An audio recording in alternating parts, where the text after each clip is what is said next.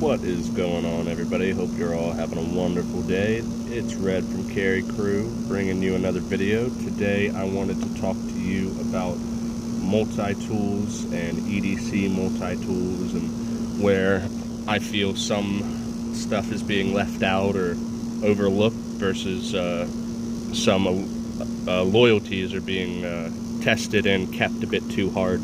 So I'll start with the probably elephant in the room, the infamous Leatherman. Just go over the features real quick. I'm sure everyone knows what's in it. It hasn't changed in a while. They change one or two things every now and again, and it's all generally the same after that.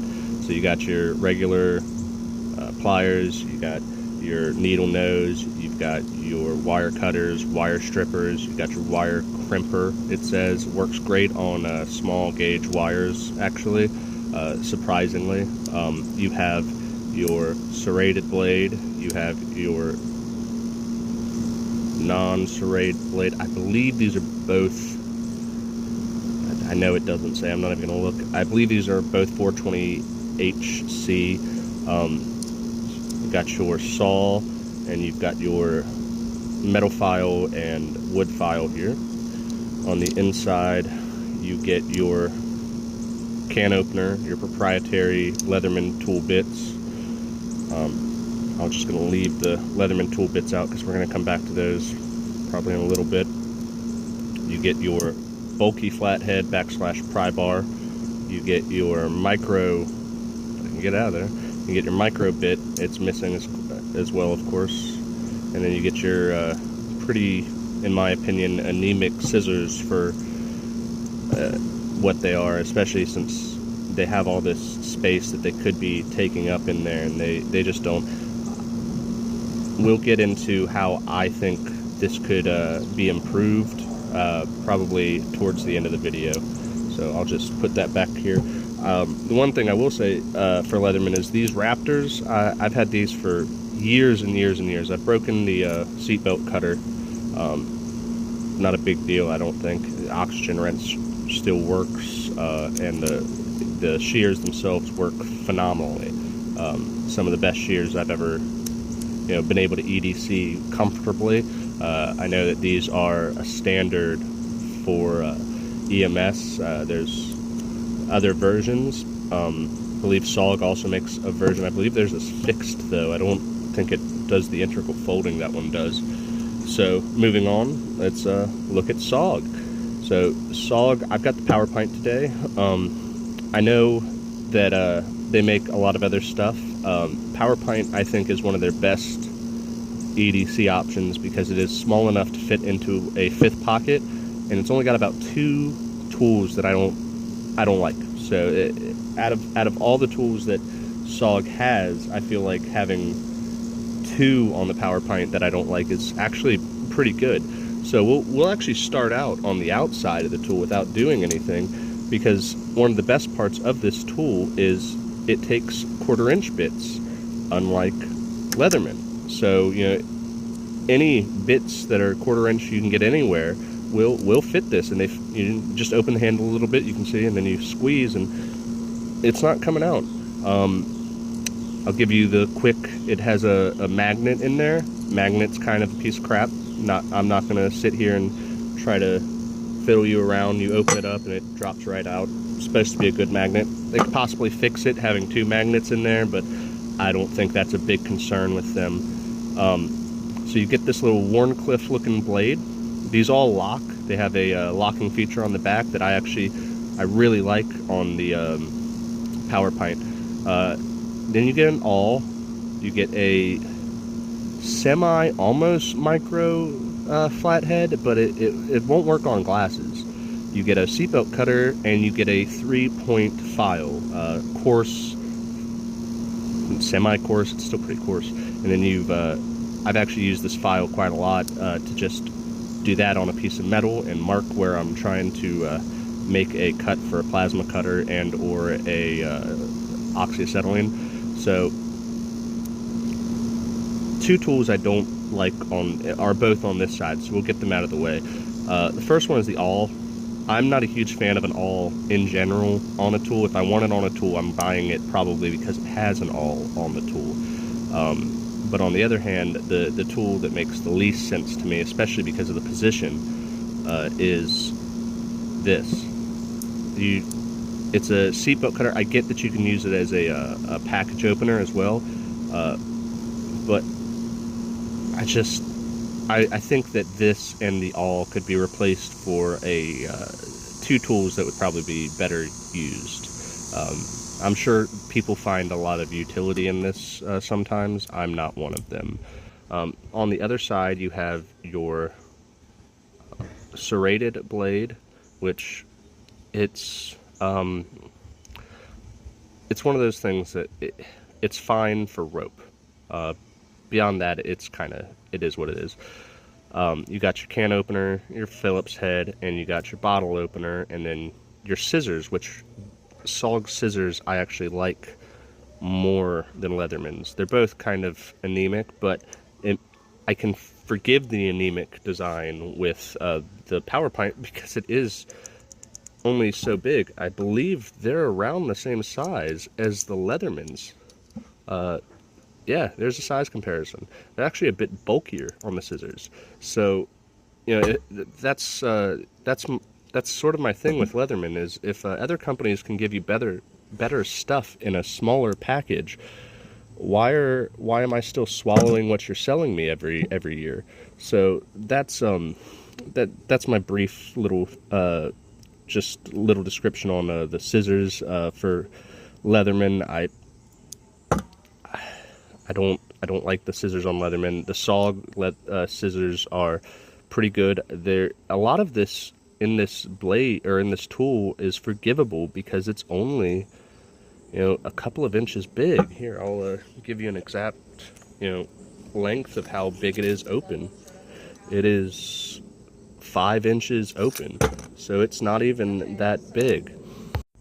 So moving on from the SOG, I'm going to put in this place honorable mention of Gerber. Gerber comes out with a lot of really good stuff. I think their dual force is a really incredible creation that they've made. I used it a lot when I was a mechanic.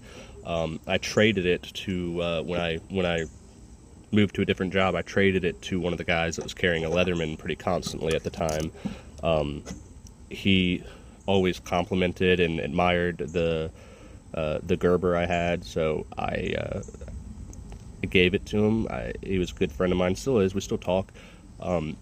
I don't know if he still uses it. We don't, you know, that's not our conversation usually when we talk. It's usually about cars. But he's still got it as far as I'm aware, and I know he loved that thing. So I'm sure it's beat to hell. So I just wanted to mention Gerber in this spot just because they do put out some really good material. So moving on, we will quickly go over, there are multi-tools on Temu. I feel like this should be mentioned because they're not the best, but they're adequate enough in a lot of ways. They're also not in a lot of other ways. But the reason I wanted to bring this on is for one specific tool I believe that's on here. Let's see.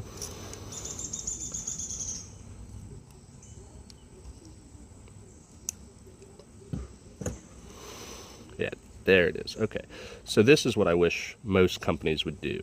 I wish they would put the bottle opener and the can opener in one. I think it's smarter, saves space. Literally the only reason I brought this on was because it's a copy of the Leatherman Signal, and it's kind of a crappy copy. You can hear it's hard, it's not loose. I got this one for my kid when we went camping so that he could, you know, do everything with me like he wanted to. The Leatherman Signal is built much better than this, I will say. They did a good job on the Signal when they did the Signal. That's just sort of there to stand in place as the Signal, and also to say that you can get some moderately okay, I'm not going to say even decent, you can get some moderately okay tools off of Temu. And you shouldn't be ashamed of that. Not all of us are balling with all the money in the world, like some channels or even some people that buy, the Leatherman Arc, and put it on pre-order, like when it came out. Another knife that I have found, or a multi-tool, my apologies, multi-tool I have found on Temu, and then I found who made it, was this. This, I believe, on Temu is a multi-tool by HGK or GHK, one of the two. I don't really recall which, to be honest with you. But what I like about this tool the most is they didn't really fuck around with a lot of designs beside the awl, and even then they give you a lot of scraping with that awl, as opposed to some of them that's just about that big. It's weird design for an awl, I will say that. But if you stop thinking of it as an awl and you start thinking of it as more of a scraper to save your blade, perfectly acceptable. I think awls are perfectly acceptable to be used that way. I just find most of the time I wouldn't want them. There's other tools I would want in their place, I suppose. So this has a knife, sort of Wharncliffe knife. It has a 2-inch, or I guess 1-inch ruler, 4 centimeters, and a file on the other side. You have your awl, you have your serrated blade, you have your can opener, bottle opener, you have your saw, which a tool I would not put on here would be exactly a saw. It is not very big. It's maybe 2.5 inches. It's less than that. It's like 2.25 inch. So you're not cutting a lot over that. But what is awesome about this tool is it has these little scissors on them. These little scissors are actually pretty amazing for their size. I mean, there's obviously Next Torch, there's the Leatherman Raptor, there's a couple of companies, I believe even Roxxon has bigger scissors, but there's a couple of companies that are producing multi-tools with scissors, because they understand a lot of the time you don't want to get your blade out to slice something that can be more precisely done with scissors. So you don't have to get these off of Temu. I found out that you can get these through, I believe it's BattleBox, which I'm sure a lot of people know who that is. They sell, you'll find them in shorts. They have a YouTube channel. I believe they're subscription-based monthly service, if I'm not mistaken. But that is what it'll look if you get it from them. It'll have GHK over it if you don't. The other thing, and this is great, that I like about this is the Phillips head is both inline, accessible. Well, they're all accessible from the outside. There's no inside of this necessarily, but it is by itself. And what's awesome about the setup it has specifically is, pull my box out and I'll show you. So if you go to Roxxon, and I'm sure there's others, but I know I own Roxxon, so I'll promote Roxxon's here. If you go to Roxxon, and you can get a little microbit set that comes with this little shank here that is it is made for microbits, and it's got a little, what, 1/8 of an inch box right there that fits right over the top of that. Roxxon has ones it does that with as well. I'll show you an example real quick because I see it. Roxxon's Phillips head is also shaped the same way, but the weird thing is this doesn't fit as well as this. This actually fits tighter and better. So, but with that, it gives you access to microbits to fix all your tools, do some electronics, all that. I keep these in the same Swiss Tech pouch, so they're right beside each other anyway. But I really do think that this is worth some people's look, because there are a lot of multi-tools out there that they have pliers, or they have even plastic handcuff cutters or zip tie cutters, or all these features that you're getting a lot, but this, I feel like you're getting almost just what you would want if this is what you want. The only thing, like I said, that I'm not a huge fan of is the awl and the saw. Saw's perfectly fine for like real thin stuff, like 1x1. I suppose you'd be cramping your hand at the end of it probably, but it would be fine for that. Anything over, it's 2 1/4 inches or under, even, you're gonna have to start changing angles to saw it. So those two tools on it aren't amazing, but I think it really makes up for it with these not only scissors but detachable scissors. So it's, you can work in nice, you don't have to have the big bulky handle, all that. I was really impressed by finding that on Temu, and then later finding out who makes it. It's a neat little tool to carry.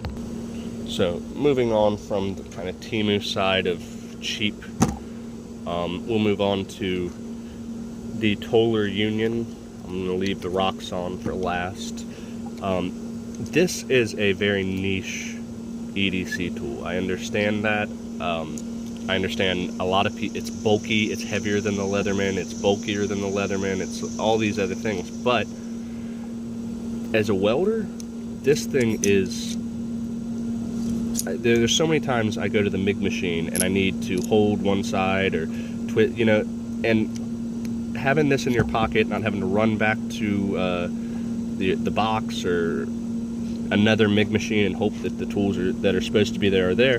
Just carry this in my pocket. It's perfect. It's got me out of a couple of situations with my grandparents had a gas line that was removed a couple of years ago, and it's just sticking out of the ground, and it came up, looped around, and went back into the earth. So I pulled up one end and started to cut it so that I could pull up the other end and not have to deal with as much, and found a knuckle, a joint for the 2 pipes, and just pulled this out 2 seconds flat, had a couple of feet off, and was able to rip up the rest of it pretty quickly. This I bought from, I believe it was Indiegogo. I don't want to misquote, but I'm pretty positive it was Indiegogo. I saw this when I was working as a mechanic professionally, and then doing welding as a side job, and I was also a maintenance tech part-time at the time, and I saw this and I just saw all sorts of potential in it, and to be honest with you, that potential has only sort of grown as I've carried it. So let's get into some of the features. So first off, you'll see it locks at 90, and then if you press the switch over here on the side, you can get it inline, giving you 6 inches, or I believe 6 extra inches of torque to apply. It also, you pull the pliers up, separates, so you have inline, and then it holds its own bit driver here. So you can do it right angle, you can do it inline, you can reattach the pliers themselves. Gotta make sure you attach them the right way is all. There's some finicky parts to this, but you got an inline.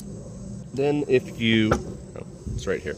If you get a couple of Leatherman pieces that I've honestly never owned for a Leatherman, I bought them for this because a 711L has a ratcheting driver like this. It's probably better, but it's not thinner. And I really wanted to be able to put it in my leather pouch. So this is a sort of a concept idea. I took a 1/4 inch hex, the adapter, and then the ratcheting adapter, and this is all just glued in there with some dual epoxy. I'll probably rebuy all of this one day and take a TIG machine and weld this all together to be one solid piece. But it's not, you're not breaking it. It's got enough surface area and glue, and I also took my grinder and messed up the inside, and my Dremel, and messed up the inside a little bit just to give the glue some places to really hold on to. I wanted to be able to, this is proof of concept really. I'm sure other people have thought of it before too. I'm not going to sit here and try to act like I'm the first person in the world to discover that you can do that. If you've ever looked at Leatherman's website or even Amazon and looked up Leatherman, you probably noticed that you can do that pretty quickly. So there's an idea for anyone who wants an inline ratcheting screwdriver for any of their tools that accept a hex bit. Obviously, I did this because I want to get away from Leatherman's proprietary system. I've been in many situations, it upsets me. So this has two features that I thought was kind of interesting as a welder. So both of these, one's a metal saw, one's a PVC soft saw. So both of these, if you press this lock and do that, sorry, gotta swing it all the way down and do that, you will be locked out and you can push down as hard as you want without folding up. So let me drop one of these tools down. So this works like an old Leatherman, by the way. I've seen a couple of people online be confused how to put these tools away. You have to lift a tool up like the old Leathermans, and it pushes up on that bar in the back, as you see, possibly see. And then once you get halfway, they'll all come down. The website says specifically don't force them. And that is true. Eventually, you'll just snap this right off, and all of these will be as useful as a slip joint. So the cool thing about this is they thought about it. So if you're using the metal, soft metal saw and the PVC saw, or even the wood saw, you can give it a pistol grip. They say it reduces some fatigue on cutting. I find that it doesn't because of the angle you're holding your hand. You're kind of squeezing at a wrong angle. If it was like this and the right angle was this way, it would be a lot cleaner. But being this way, it's kind of you got to hold your hand weird, and it makes it cramp a little bit. You got 4 bits. These are proprietary, sort of, to the tool. They're not proprietary in the sense of you can't. They won't fit anything else. They're proprietary in the sense of they have a detent and a collar that slide up in there, and you can only face them up or down for them to lock in there. I don't think that's a big deal because I carry Weehaw bits. These are really, to me, these are the bits that you use for the tool itself. All of these bits will fit all of the little screws and whatnot on the tool. The hex bit in here is I haven't been able to find what size it is. If you know, please comment down below. I own a whole Weehaw set and a whole hex bit set and Allen set and all these different sets, and I still can't find what fits that. It's only it's only been this hex that's fitted so far. On the outside, you have this blade. You'll notice if it will pick up, it is, I believe it's D2, and it needs to be treated like D2. You need to oil it, clean it, all that. I find it's a really good backup knife. I have used it once on drywall. It's actually got a really good point to kind of dig into the drywall and open up a section, and then you can pull the saw out and just go in the hole and cut around. I understand that a lot of people will not want to carry this tool, but if you're in the trades that deal with electronics, welding, electricity, even mechanics, this is something that is worth looking into, especially if you find that you're not using your Leatherman a lot for your mechanics or whatever your job is. This might fit into a niche where you end up using it more, because the tools are niche, like I said, but if they're in a niche that fits your career or even your hobby, that's a niche that to me and for me was better than the Leatherman, and trying to sometimes make the Leatherman fit and work right. So let me clean the table off, because now we've gotten to the comparison stage. I'll tell you about Roxxon first and what I like about Roxxon. What I will say is I was looking at I talked to my uncle who owns I gave my goat tool to, he works for the county, and I didn't want to take it from him. 2 reasons. One, because he tells me he uses it every day, and I don't want to deprive a man of his multi-tool he carries. But the second reason is because everything goat does, I feel Roxxon does better in a lot of ways. I found the goat tools system and modular system to be a little finicky. It didn't work as well as, Roxxon's works amazingly. So if you're looking for a reliable modular multi-tool, Roxxon is knocking it out of the park. The other thing about Roxxon is its pliers are very much like Leatherman's. They have the removable and replaceable wire cutters, wire strippers. They're a bit bulkier in both ways. They're a bit thicker and a bit wider than Leatherman, so I feel I trust these more. I don't have the same issue with Leatherman where when I squeeze it just feels like it hits a wall. These, when I squeeze, it feels a lot like the Sogs, where you feel like you're applying more pressure. And it to be honest, it may be the aluminum just kind of bending, but even if it is, I'd rather feel more secure than feel less secure. So I will show you what I have in my tool, and then we will talk about what you can put in your tool. I have the T-shank. The T-shank adapter allows you to put T-shank saw blades and whatnot in. Roxxon, if you buy it, you got to keep an eye out for it though, because they go quick whenever I see them. I got an email. I subscribed to their email and got an email about it and bought it the same day. And I think when I looked the next day, they were all gone. People had bought them all out.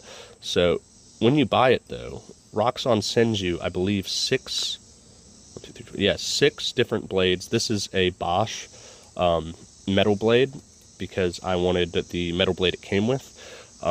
But it gives you 3 metal blades, 2 wood, and wood plastic, and they work great. Especially that wood plastic one. I pulled it out on PVC, didn't even really scuff it.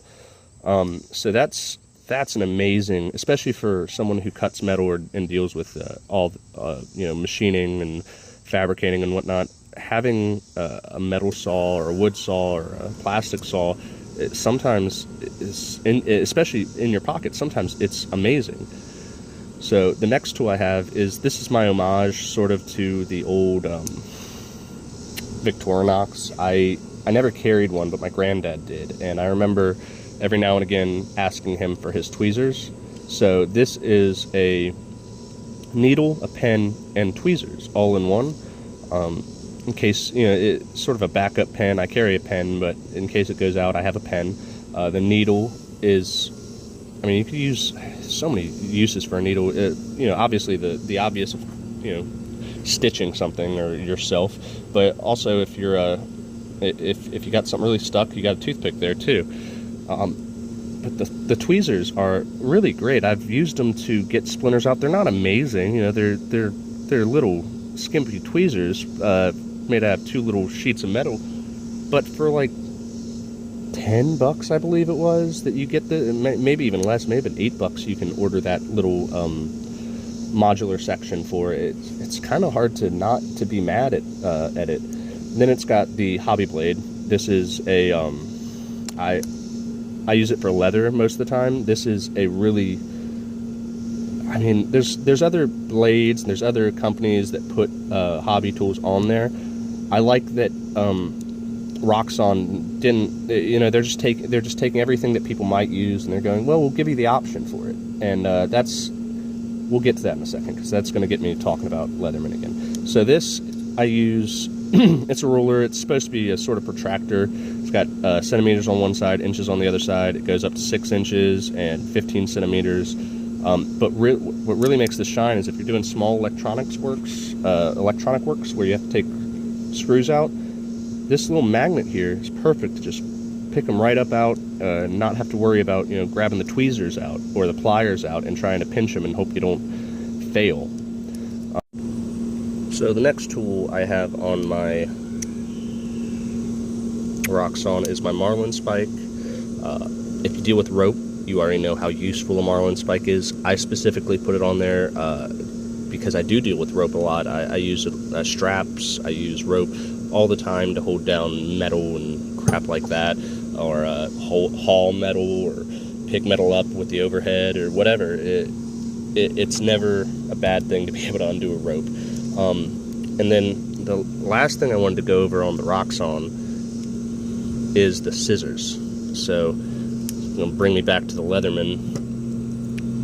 Look how big the Roxxon scissors are compared to Leatherman. This is a relatively new company compared to a company that's, I believe, 100 years old now, and we're still just dealing with what they give us, and it doesn't seem like they're trying to improve it at all. And the last tool for Roxxon that I have is this 1/4 inch bit. So we'll go back to the Leatherman, try to use your standard 1/4 inch bits, and you're useless, but you've got that right there, and ratcheting on this one, but beyond that it fits, all your 1/4 inches. You don't have to go some special place, you don't have to go to some special website, you don't have to wait for shipping, none of that. You just go to Home Depot, Lowe's, Ace Hardware, Ross Tools, something like that. Get a 1/4 inch bit and a hex bit, and you're laughing, as opposed to Leatherman that they're soft. You can get any 1/4 inch bits you want, but with Leatherman I think there's like 3 companies you're kind of succumbing to, and Leatherman's bits are soft. There's no getting around that. They round, and I understand to some degree that you want your tool to round before you round the fastener, but you also don't want it to round before it moves the fastener. So it's a give and take on that.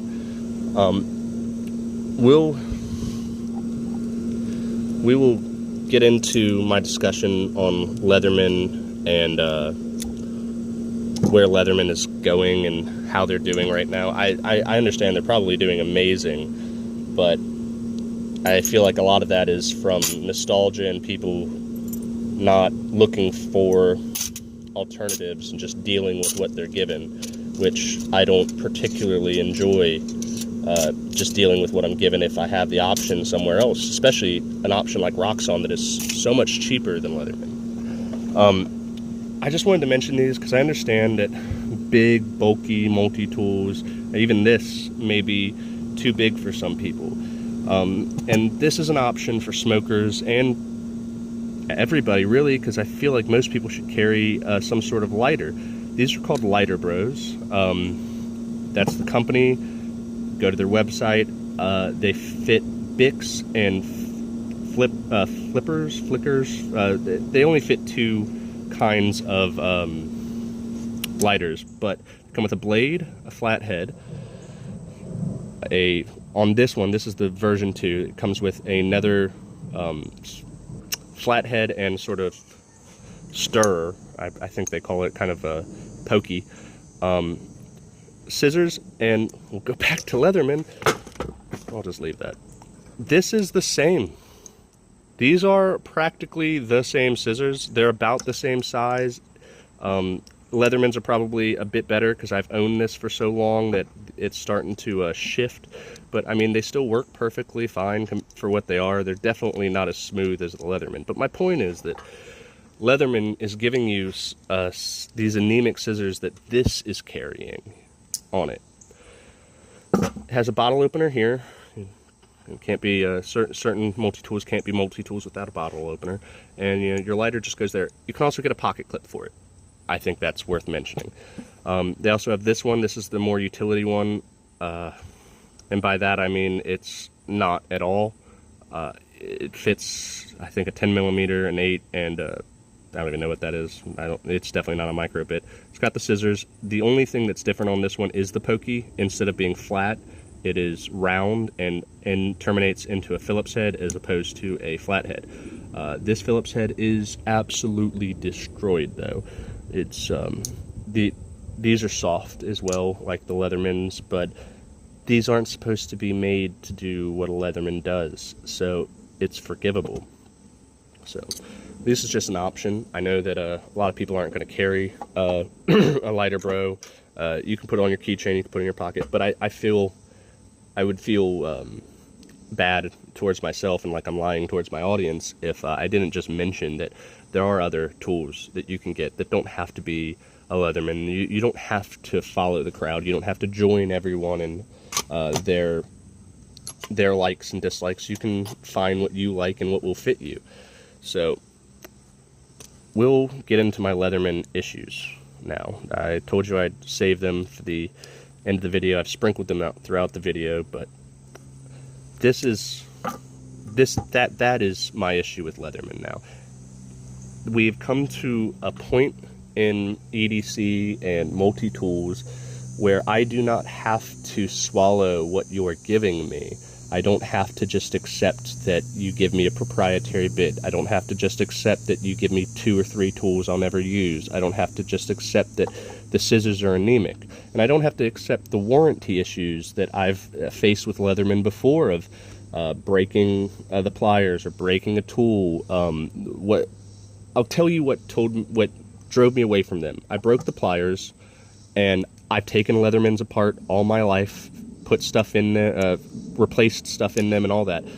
They emailed me back and basically told me that there's a spring or something behind these screws and that they don't recommend the customer take it apart because it may fail coming back together. You may lose a spring, whatever. I feel that is my issue, not a you issue. If I want to pay the money to get the replacement heads, I shouldn't have to go scour eBay to do it. I should be able to get it directly from the manufacturer and get it delivered to me, especially if I'm willing to pay the money.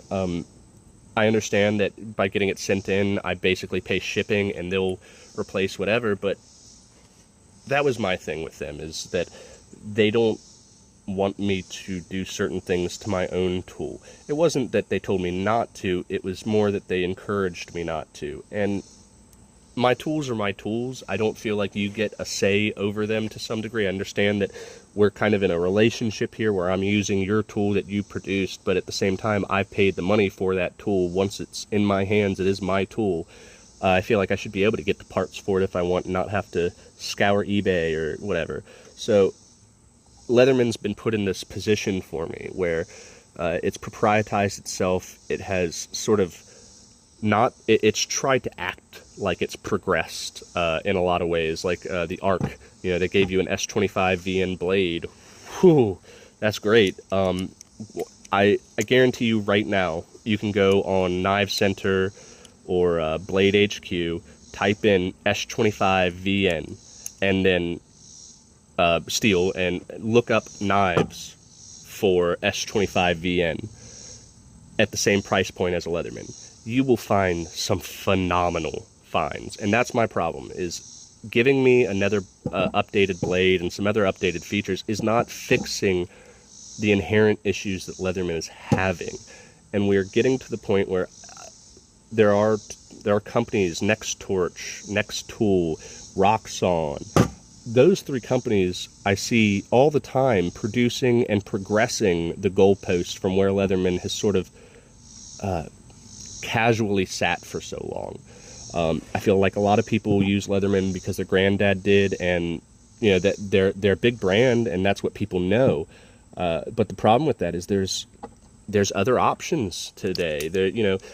You can buy a Roxxon for less than a Leatherman wave, and get every tool that's in a Leatherman wave for less than the Leatherman wave still. And then if you pay more than the Leatherman wave, it'll be because you have more tools that you can even ever have with the Leatherman wave.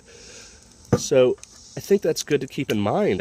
I understand that Roxxon's a Chinese company and they're whatever, but I really feel like you don't have to stick by an American company, and just because it's an American company. There's a point where your patriotism towards an American company is just you putting horse blinders on, especially when we're so obviously producing better, higher quality things these days. I'm not going to say the Roxxon's completely higher quality. This is aluminum handles, this is stainless steel. There are some comparisons where you're going to say that the Leatherman is better in some regard, but it's only going to be in some regard. In almost every other aspect, Leatherman's falling short. I don't think that your patriotism should be so high that it blinds you to the fact that the company doesn't care about your patriotism. The company doesn't promote your patriotism. The company uses your patriotism to basically buy something that they're not intending to really modify or change in any substantial way for the customers. But that's all I really have to say regarding Leatherman.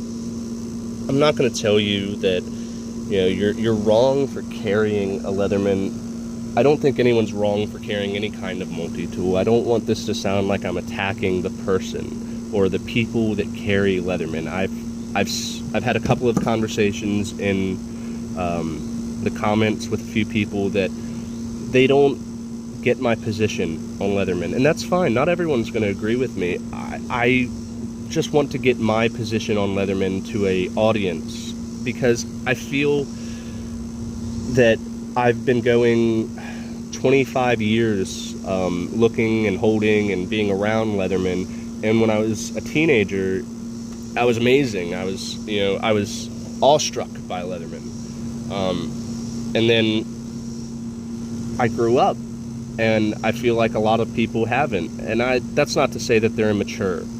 It's more that I feel like Leatherman has done a really good marketing job at not necessarily promoting the tool, but more putting horse blinders on the customers. They'll market a new tool like the Dark Side tool that they came out with, which was just like a black version of a tool, or the Arc, which is, it's got some updated stuff, and it's got some good stuff, but it's not updated enough where I think you're progressing. It's more sort of spoon feeding me bit by bit, and it's definitely not enough to make me chomp down, I guess is what I'm saying. So Leatherman, they do have some good tools, though. I hate that I have this relationship with Leatherman now. I know this is getting into territory where we're talking about stuff that no one really cares about. No one cares about how I feel about about Leatherman as a company, but it sucks because I really did grow up on Leatherman, and I'm at the point where it's just painful to see such an amazing company at one point just sort of fall because they were happy with where they were. And I understand they're slightly moving forward, but I don't think that the steps they're taking are as large as some of the other companies that, in my opinion, are overshadowing what Leatherman is producing these days. If you're going to tell me that the Arc is amazing and the S35 VN is amazing and all that, we can agree that that's true, but we can also agree that it's not giving you options. It's not progressing the options. It's sort of just saying, hey, this is what Tim Leatherman designed years ago, and we've sort of gingerly added to it over time. And there are some people in the Leatherman community that irk me. I'm not going to sit here and lie.